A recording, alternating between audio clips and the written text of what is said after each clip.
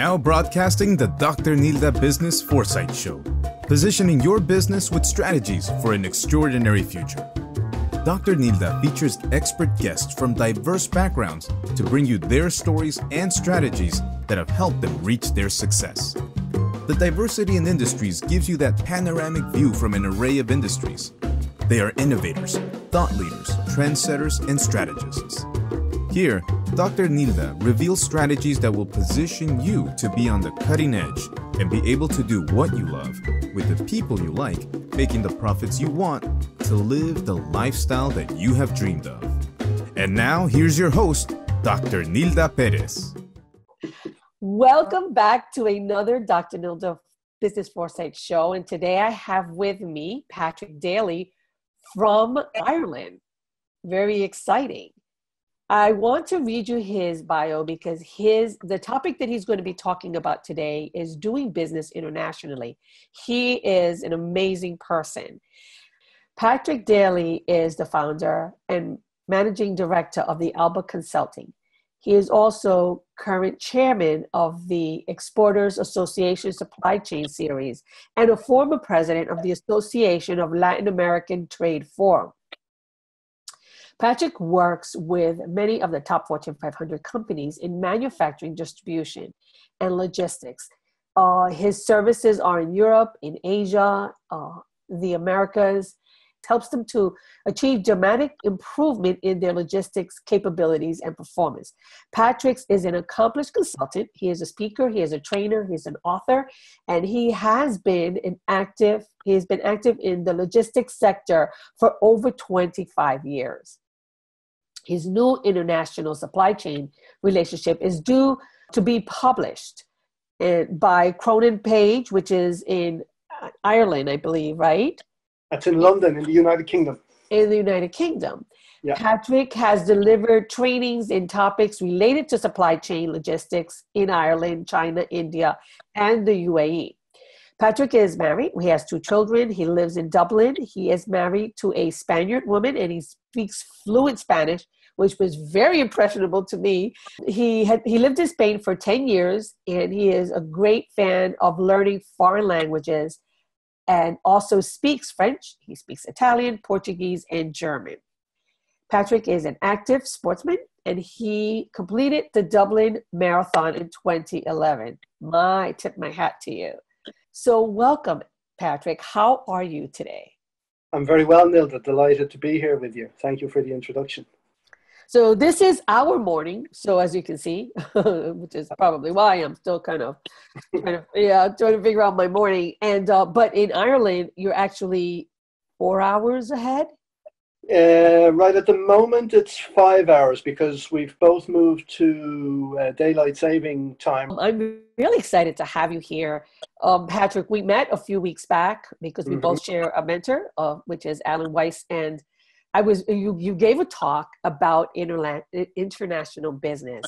And I was quite taken by that because I am bilingual. I'm also between 2 cultures. My mom is Peruvian. My dad was Puerto Rican, and I was born in America. So I feel like I have all of these different ethnicities. And I was very fascinated by your talk. One of the things that you said is that you believe that smaller and medium-sized businesses need to be concerned about international business. I want you to talk to me about that. International business and globalization. How so? Well, I was staggered to find on my research that in America, in the United States, only 1% of companies export outside the United States, and there are 30 million businesses in the United States. And these figures come from the International Trade Administration, so I guess it's a government body, right.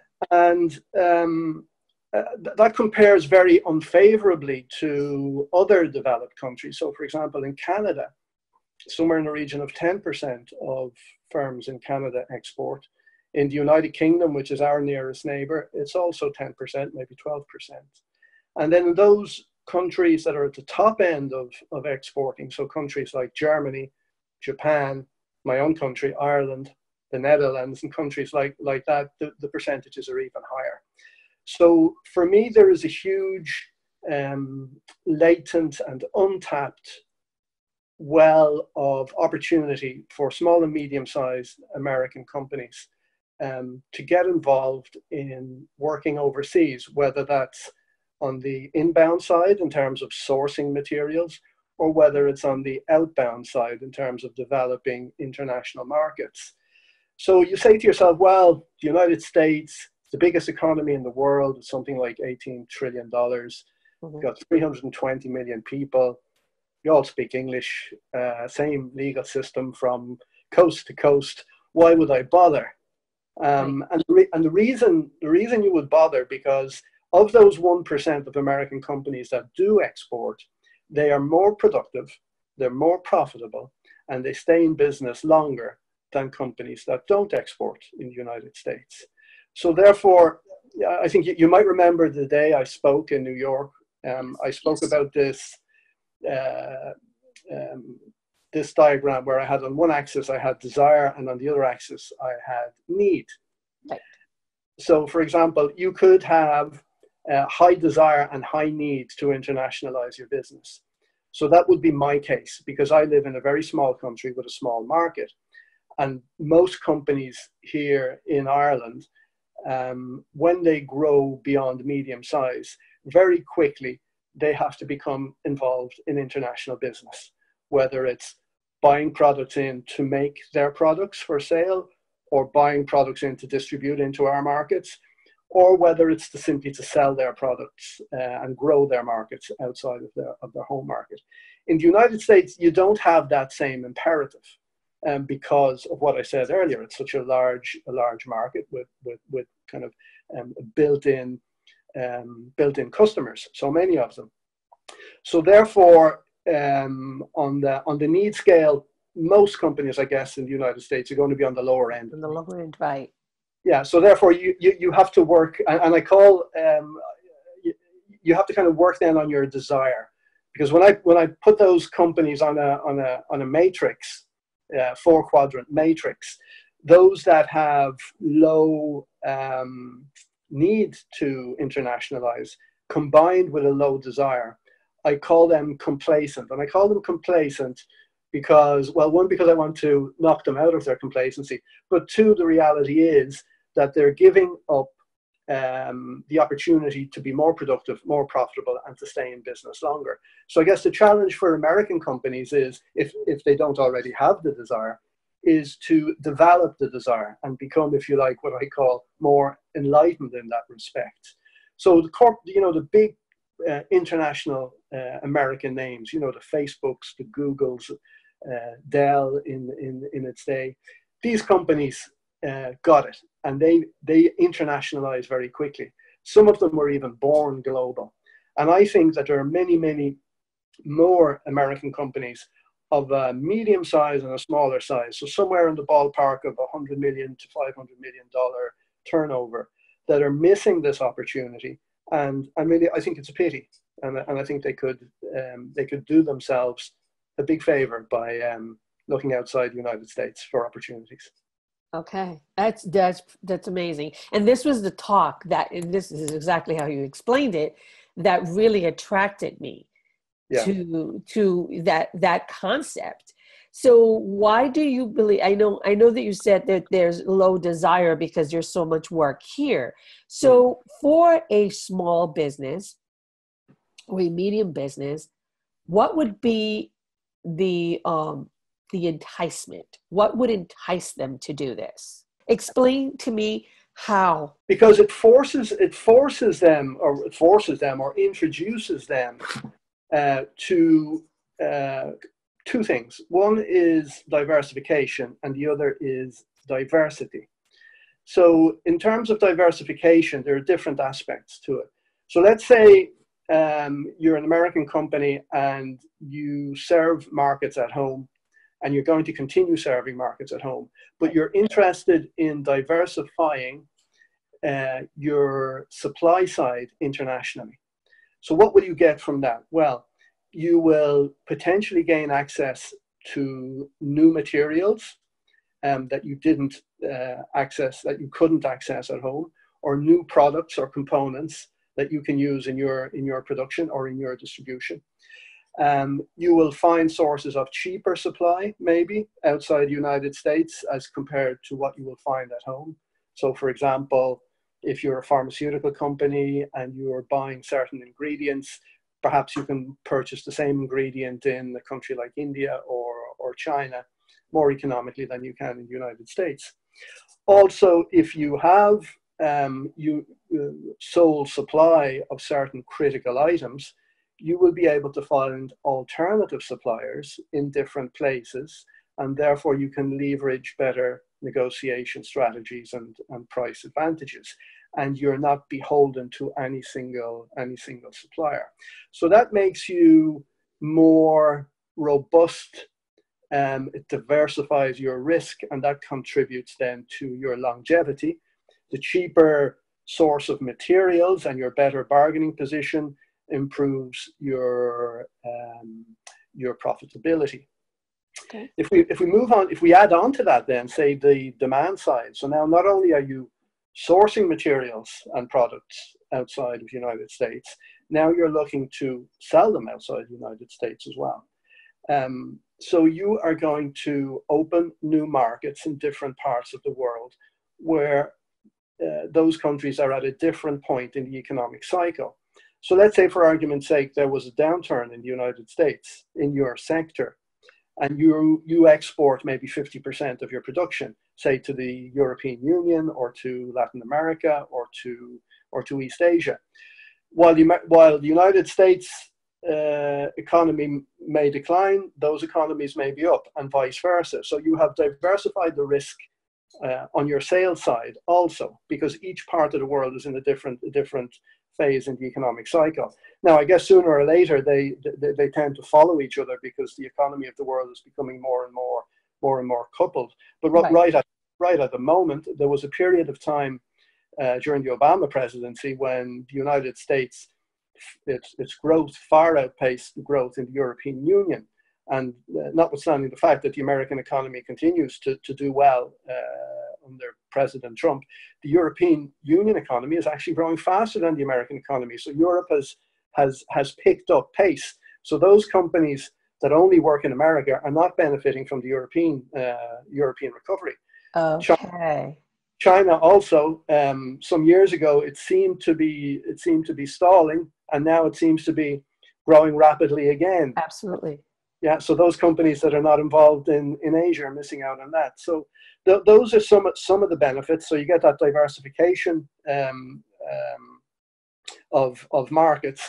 Also, when you work internationally, you pick up on new requirements in products and services. So, for example, let's say you're in the food sector, and you're exporting a product, and you're looking to export a product, say, into the European Union from the United States, and you must adjust that product for the tastes in that country. Right. And therefore, you pick up on ideas and innovations that maybe you can bring home and develop or make additions to your home-based products that you never would have occurred to you if you hadn't been working in a foreign place. Exactly.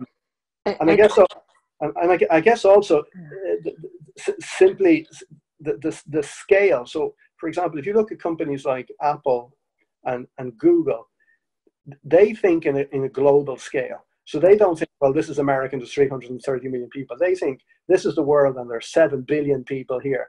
Now we're talking about smaller and medium-sized companies, but I think they probably need to take the same kind of attitude and the same kind of mindset.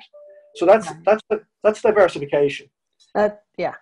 The other element is diversity. So this is almost inside the company, because when you begin to internationalize your company, you must diversify your workforce, and you must diversify your thinking, and you must diversify your worldview. And that seems to generate a kind of an internal innovation. You will more than likely start to recruit people from different ethnicities, from different backgrounds, people who have command of different languages, and that cultures. Yes, different cultures indeed. Right. And that mix seems to spark innovation inside companies. So you'll see that the most innovative companies also tend to be the most diverse companies. And then this in turn, it's almost like a virtuous circle. It allows you then to connect better with new places. So if you say, okay, well, I'm interested in East Asia, and I begin to hire people, say, with a Korean background or a Chinese background or Japanese background, who understand those cultures and those languages, well, then all of a sudden you're able to make connections in those places much easier. So you get all of this kind of effervescent, unexpected synergies and serendipities occurring inside the company. So I think it's all of that contributes to those three things: being more productive, being more profitable, and being longer lasting as a company. Okay. So when we're talking about a company such as mine that is more service, although I do have products, but we're more service oriented, how does international or globalization help a company like mine? Well, I guess in the same way, but I guess the materials are but all of the points made about diversification and diversity, I think still apply. And perhaps what happens actually is, if you're a small consultancy practice, or even what's called a lone wolf consultancy practice, or you're a solo practitioner, you become more diversified in yourself, because you get exposure to places and to peoples and to cultures. And you may, if you wish, or you're so inclined, or you have the necessity, learn foreign languages as you do that. For example, you may know in our community, with Alan Weiss's mentor community that you referred to earlier. One of the people in that group is Corey Shanahan. Okay. Yeah. So Corey Shanahan has a practice in Washington, D.C. And Corey, as you can probably guess from her surname, is also Irish, just like myself. But she's been living in the United States for many, many years. And Corey speaks Russian. So Corey has clients in Russia. Fantastic. And she is able to relate to them. She's able to role play situations with them in Russian. So, for example, if they were dealing with a consultant that only spoke English, they would have to do the role plays in English. And then when they're thinking about the situation they're in, they'd have to be translating. But what did Corey say to me? Exactly. Yes. Because she can do it in Russian, it's straight through. Right. I, for example, as you said, I lived in Spain for 10 years. My wife is Spanish. We live in Ireland, but the language spoken inside our house every day is Spanish. Right. So I've been speaking Spanish every day since I was 21 years old, which is 31 years ago. So I travel comfortably with large multinational clients to places like Puerto Rico and Uruguay and Argentina and Spain. And I can interact with everybody in the plant, from the shop floor all the way up to the site director. And that's the benefit of a language learning at that level.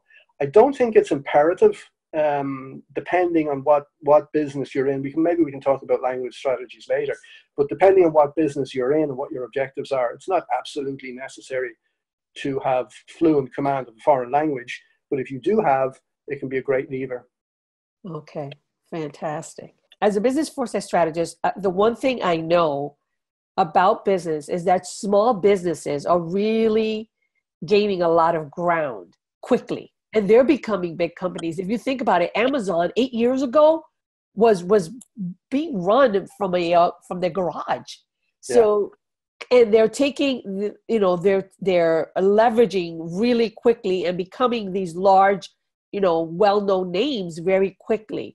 So with that said, what types of companies do you think can gain the most from taking the global view in their business? I think all types of companies across the spectrum can. So that's manufacturing companies, distribution companies, and service companies. And I guess different companies will approach internationalization in a different manner. So some of those companies that in essence are internet companies, they're born onto a business platform that has no frontiers. Okay, so technology. Yeah, the likes of Facebook and Google and the others that are coming that we don't know about yet, that are being born on the internet. These companies almost are born global. But as I said, even with all of those counted, only 1% of businesses in America are exporting their products or services. So there are so many companies that are in conventional business sectors, manufacturing widgets or distributing food or clothing or whatever it happens to be, or delivering services, medical services, accountancy services, professional services, business consultancy, and so on. So there's a huge middle. There's a mass of companies in say the 100 to 500 million dollar range, literally millions of them, who are not taking advantage of international business, and they could. And as I said earlier, they can do it in different ways, and it can also be a journey. So you can see a company maybe starting to source products and materials overseas, and then later they may say, okay, well, you know, we've been dealing with some of these foreign countries, maybe in Europe, maybe in Latin America. Perhaps we could open a market there on the sales side. So they progress to perhaps direct export on an opportunistic basis. You know, they might meet somebody at a trade show somewhere. Let's say it's a company makes, I don't know, shovels, and they're at an agricultural trade fair somewhere, and they meet somebody from Mexico. And the guy says, well, you know, I'd like to buy some shovels from you. So it's an opportunistic direct sale. Then people progress on and they develop export channel partners. So they may have to develop distributors in the local markets or resellers, or work with some sort of product aggregator to distribute their products. And then naturally over time, what tends to happen is they start to look, okay, maybe we could form a joint venture with a company in Spain or in Colombia.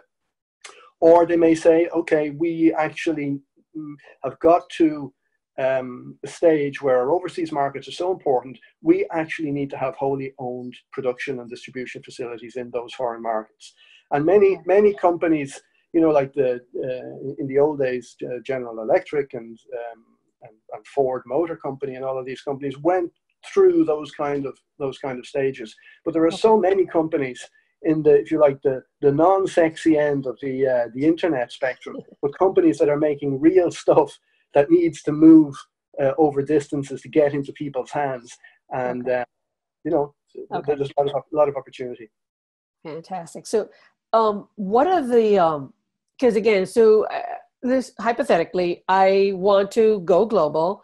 What are the regions that of the world that have the you know, what are the sectors and what are the regions of the world that American companies can readily be embraced? And I've been hearing a lot about Singapore. Hearing a lot about Singapore. So my question is, if I wanted to start this, where would I start? What are the regions of the world that are embracing globalization? So this is important. And in the book that you referred to earlier, which is being published by Kogan Page, and that will publish probably in the second half of 2018. There are two chapters that kind of touch on what you're saying there. One talks about how globalization has spread and how it has evened out the playing field or leveled the playing field. But at the same time, not all places are equal, and geography still matters. Physical geography still matters, and it still matters because there are certain trade routes, there are certain countries, there are certain hubs in the world that make it easier to do business in some places than in others. So from an American perspective, I guess the first thing is you want to stack the deck in your favor, and you want to try to work in places where you're going to have an easy entry. And I suppose you're going to have the easiest entry in what's called the Anglosphere. And the Anglosphere are those countries that share a common language with the United States. So right on your doorstep, you have Canada, which is a very important economy. It's one of the largest economies in the world. You have a free trade agreement with Canada through NAFTA, and it's relatively easy. I guess it's not a free trade arrangement as we have in Europe, where we have like a common market, and we also have a customs union.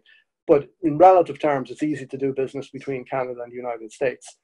I would say then the next country or pair of countries would be the United Kingdom, right, and Ireland, where there's a great affinity with the United States. You know, and many generations of people from Scotland, from Ireland, from England have emigrated to the United States, and you can see that in people's surnames. There's a cultural affinity.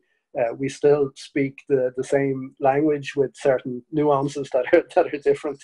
So the United Kingdom is, again, a very, very large economy, one of the largest economies in the world, 66 million people or so. Ireland is a smaller country, but the important thing about Ireland from an American perspective is that Ireland is the country in the world that receives most foreign direct investment from the United States, more than any other country in the world. And Ireland is an ideal platform for American companies that want to access the European Union markets.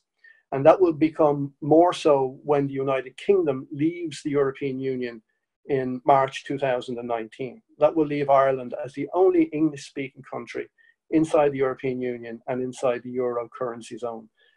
So that Ireland-America relationship is going to be, well, it already is extremely important, but it's going to become, I think more important. And then after that, within the Anglosphere, we have the neighbours down in the South Seas, Australia and New Zealand. Again, very close affinity and ease of doing business.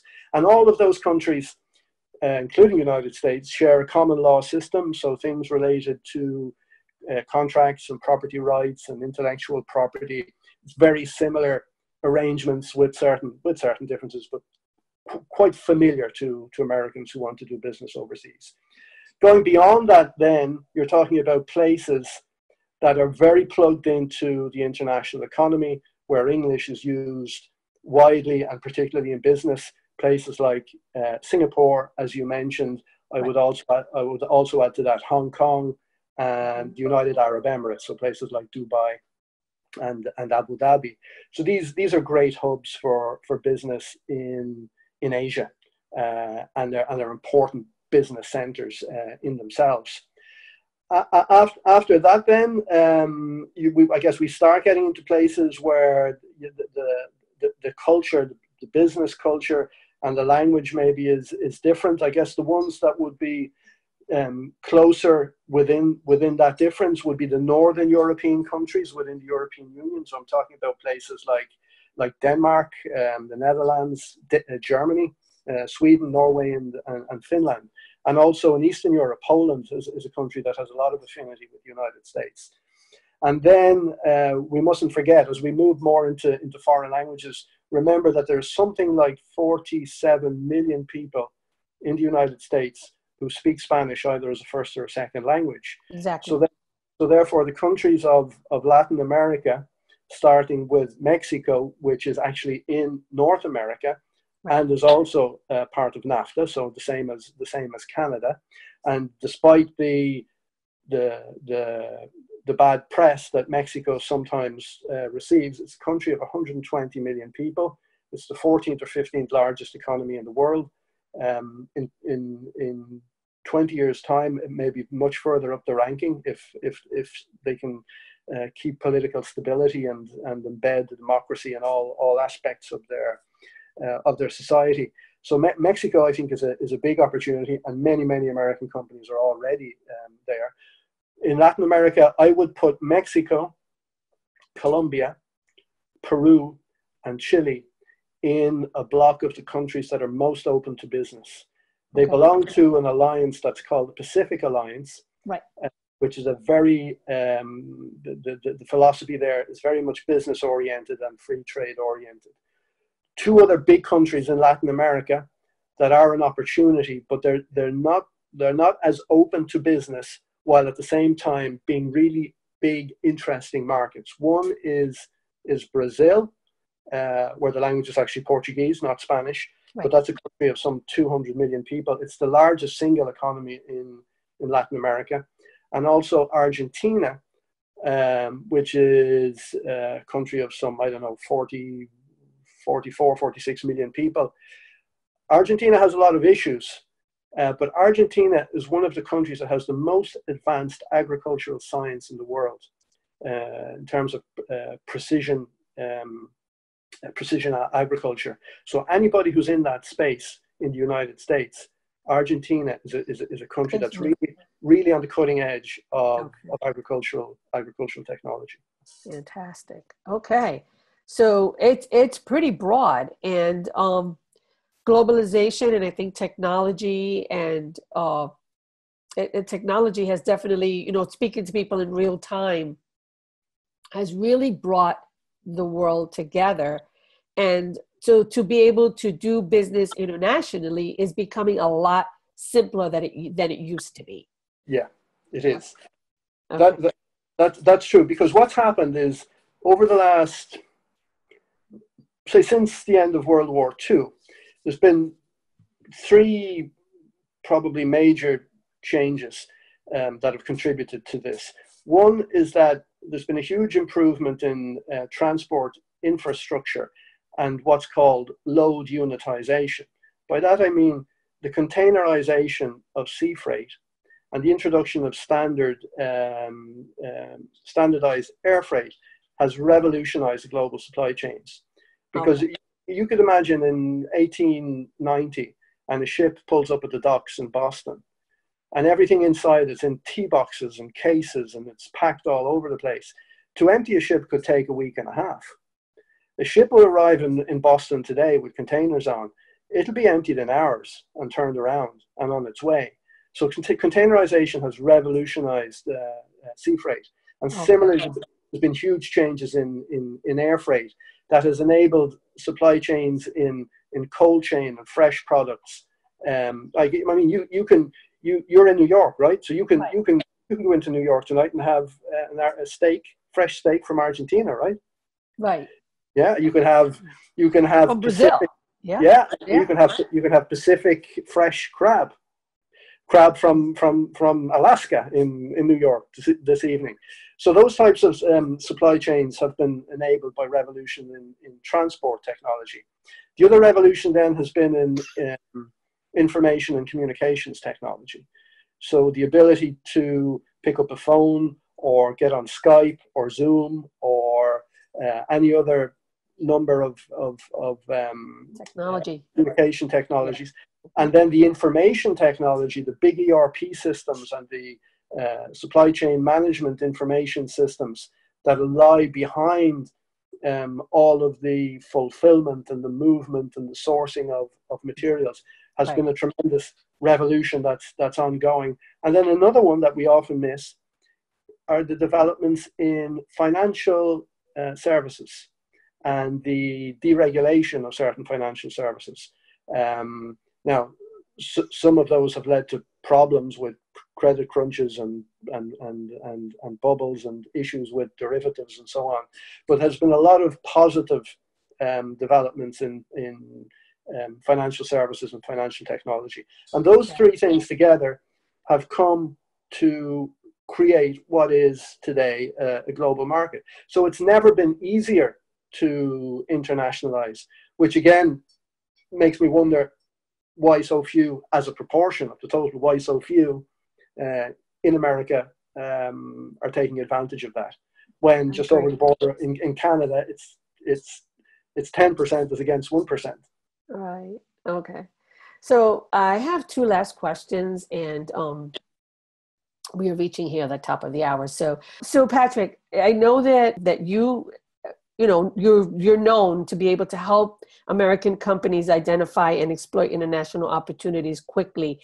Tell me a little bit about this. How do you do this? How do you work? Would you work with American businesses to try to make those alliances, to try to make those connections?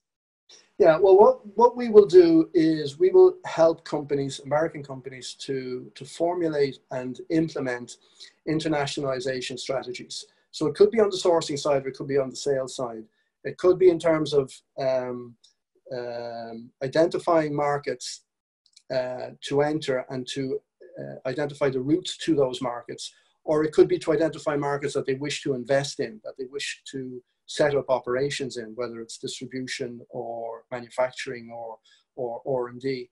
So I guess it's to go right back to basics in terms of the formulation of the strategy, the why of this, and then from the why to start to develop the how and the where and the what and so on. So to identify markets, see which products will have acceptance, to see what the supply chain options are to set up, whether we need to develop channel partners, distributors, resellers, or so on, what the logistics solutions are going to be, what logistics service providers can bring to the table for us. If they're looking at putting operations in foreign countries, to try to decide where is the best location, which countries offer the best advantages, what the potential benefits are of working with state development agencies in the different countries. So for example, here in Ireland, probably one of the most successful national development agencies in the world is called IDA Ireland, which has been responsible for bringing so much of that American investment here to Ireland. In Mexico, you have a similar organization called Pro Mexico. In Colombia, you have another one. I think they call it actually Pro Colombia. Help companies then to develop their corporate language strategies. So for example, I've been reading some interesting cases. When your company begins to internationalize and you're interacting then with people in different countries, if you don't have a language strategy, you get this kind of unfettered multilingualism, and it can be chaos. And so much gets lost, so much gets missed, or people lose confidence because they're not able to work through a certain language or with a certain country, and it can be very, very stop-start. So I think one of the early things that companies need to think about is if we're going to internationalize, we need a corporate language strategy, and that strategy has to be coherent. So it needs to hang together well across the whole network, right? And it needs to be congruent with the business objectives. So I'll just speak about two examples. There's a Japanese internet company that has gone global, and the CEO of that company, early on, he decided that he wanted English to be the corporate language, and that's fine, but he went to the extreme of that in the sense that he changed the corporate language from Japanese to English everywhere, even in Japan, among Japanese. Oh. So he mandated that people who are Japanese speaking to each other in the company would speak in English, not in Japanese. So that's one extreme. IBM, on the other hand, also adopted English as their corporate language, but they also promoted 8 other languages. So they adopted a strategy that was more nuanced. So I'm not saying that one is better than the other. I guess it depends what you're doing, what your goals are. That's why I say it needs to be congruent and it needs to be coherent. But what it does need to be is you need to have one. You can't just leave it to chance, because then that would be just chaos. Okay. So helping companies to work out what their corporate language strategies should be, and then guiding. And I think it's important that we don't implement the strategy, but we guide and sometimes cajole and encourage the executives of the company to implement the strategy that we've helped them to develop, because it's important that they own this, that they internalize this, and that they roll it out themselves. Okay, fantastic. So, of course, I would be remiss as a foresight strategist if I didn't ask you, where do you see the future of globalization and internationalism in terms of, how are you hopeful that Americans will be able to join what is already happening globally? And I think we're probably Americans are the ones that are lagging most behind. Well, it's yes and no, in the sense that many of on the political front, America has been the motor behind many of the post-World War II political developments that have driven globalization. The World Bank and the International Monetary Fund, and to a certain degree the United Nations, and all of these supranational bodies were driven in the early days by America. So America on the political front has always been, I think, well, I won't say always, but has been, at least since the end of World War II, has been very global in its focus. And that changes from administration to administration, and perhaps the administration that we have at the moment tends to be more of an inward-looking administration. But the cycle will turn. I think the big arc of history is more towards an outward-looking America than an inward-looking America. So it may turn in from time to time, but I think in the long run it will come back out. I think in terms of trade and what private companies and private individuals do, I think regardless of the political movements, the ebbing and flowing of that global focus, businesses are always looking for opportunity, and the opportunities are there or real. If the politicians put obstacles in the way, business people will find ways around them. You know, they'll absorb the costs, or they'll innovate to get around the costs. But I think the irony, I think, from an American point of view, is that it really is the American lead companies that are the most global, but at the same time, it's the American medium and smaller companies that perhaps are the most inward looking. So you have both things going on at the same time. So what I'm talking about is trying to get them, the big middle of the smaller to medium-sized American companies, switched on to the opportunities of internationalization. You know, the Facebooks and the Googles and the Twitters and all, they've got it already. It's the other guys. It's the other guys. Fantastic. So I want to thank you so much, Patrick, for sharing this information, which I think is fascinating. And I always say that if nothing else, to be able to broaden the mind of the audience and to help them to start thinking differently. So I'm quite fascinated by this. I'm very fascinated by international. And I think that because, you know, I'm half South American. Yeah. So I've always had a passion for, I've always loved to travel, and I love languages and I love cultures, but doing business has been something that I've always dreamt of, but never quite taken that step. And this is what I'm looking for in the future. But I think it's fascinating that people start thinking this way. And I always feel if I can at least give them information and start jarring their minds to start thinking this way, the next steps are, just makes it that much easier.